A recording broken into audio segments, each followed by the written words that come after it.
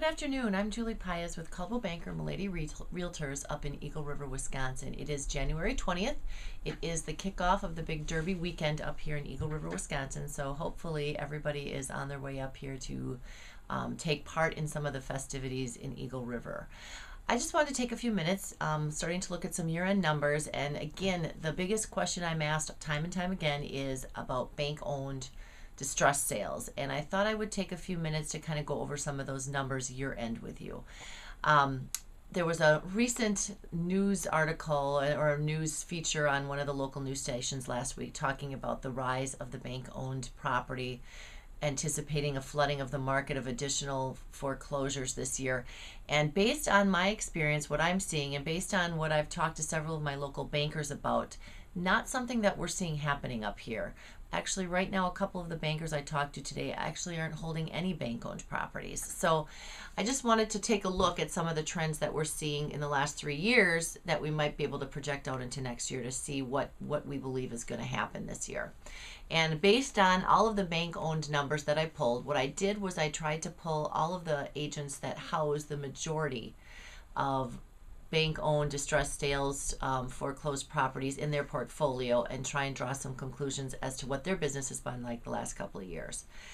2009 is when we saw this business start to rise, a lot of inventory hitting the market. 2010 was a big year for bank-owned properties, and then actually last year, based on the studies that I did the last couple of days, we're actually starting to see a downtrend. Just to go over a couple of numbers with you. In 2009, we had approximately 82 properties that were bank-owned on market. I think in 2010, that number was more like 140, and in 2011, roughly 120. So again, that rise in 2010 with a falling in 2011. Average sale price in 2009 was roughly 118,000, 2010 130,000. Last year we saw the average sale price of the bank-owned property at 113,000. Average sale price in the MLS was quite a bit higher than that. So again, this is the bank-owned segment only.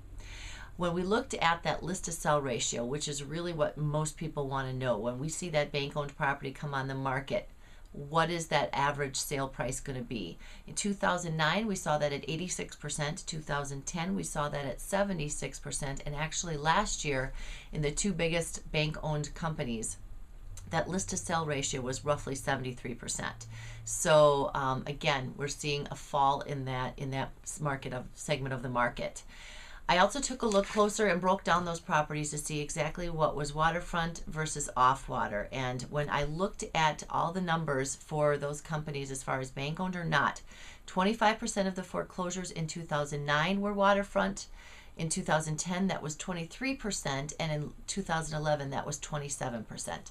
I anticipated that number to be slightly smaller last year, but what happened was the Wild Eagle Resort up here in Eagle River had a huge amount of condos go bank-owned.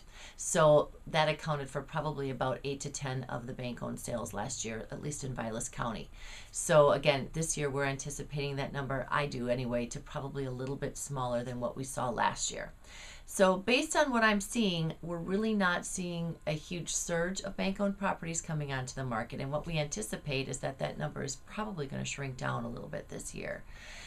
So whether you're looking for a bank-owned property or just plain a good deal up here in Eagle River, Wisconsin, you should really find yourself a local professional that you trust that has their thumb on the real estate market so they can get you information in a quick and ready manner. Again, if you have any questions, please call me, Julie Pius, your real estate professional up in Eagle River, Wisconsin, handling properties in Vilas County, Oneida County, and Michigan's Upper Peninsula. And have a great day.